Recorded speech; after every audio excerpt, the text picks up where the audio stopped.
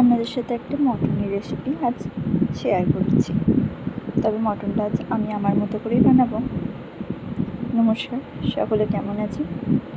আশা করি সকলে ভালোই আছেন।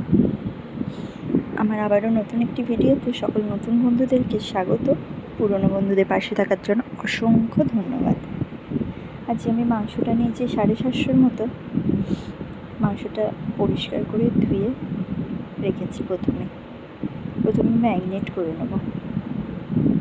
প্রথমে দিয়েছি হচ্ছে রসুন বাটা, তারপর আদা বাটা, কাঁচা লঙ্কা বাটা। তবে কাঁচা লঙ্কাটা আপনারা আপনাদের স্বাদ মতো দেবেন। পেঁয়াজ কুচি, গুঁড়ো হলুদ, লঙ্কা গুঁড়ো,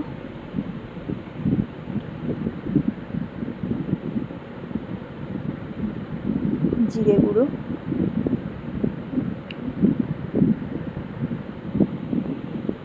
ধনে গুঁড়ো, সর্ষের তেল,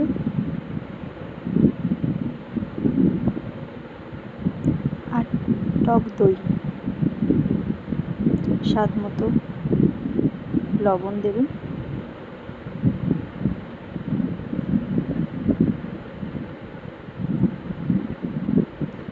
সব কটিকে একসাথে ভালো করে মাখতে হবে। তবে ভালো করে মাখতে হবে যাতে মাংসর ভেতরে মশলাগুলো সমস্তটা ঢোকে।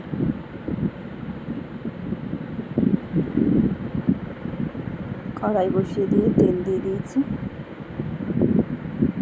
তেজপাতা, গোটা গরম মশলা আর শুকনো লঙ্কা দুটো।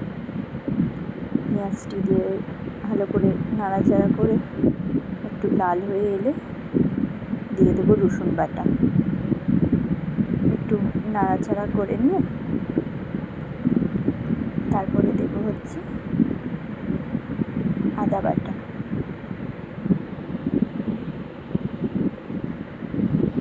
আবার এটিকেও ভালো করে নাড়াচাড়া করে নিয়ে একটু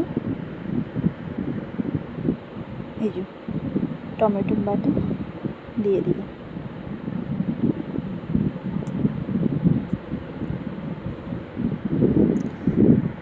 এটিকে একটু ভালো করে নাড়াচাড়া করতে করতে দেখুন আস্তে আস্তে তেলটা ছেড়ে দেবে।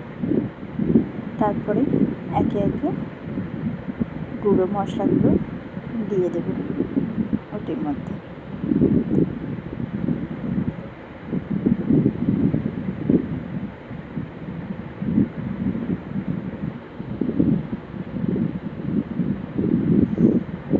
কাঁচা লঙ্কা বাটা,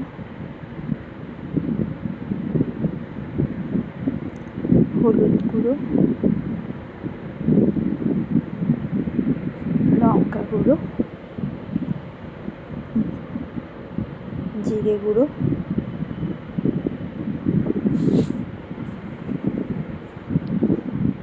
ধনে গুঁড়ো,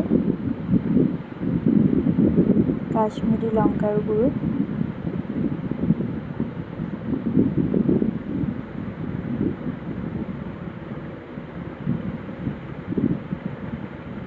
মিট মশলা, সমস্ত মশলাগুলো দিয়ে এবার একটু নাড়াচাড়া করে মাংসটা দিয়ে দেব।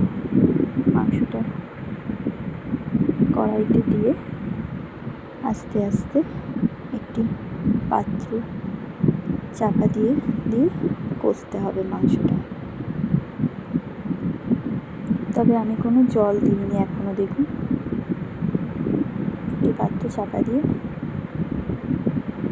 দেখুন কষতে কষতে একটি পাত্র চাপা দিয়ে কষছিলাম, তারপরে এরকম জল ছেড়ে দিয়েছে। আবারও এরকম চাপা দিয়েই কষছি। দেখুন কতটা জল ছেড়েছে।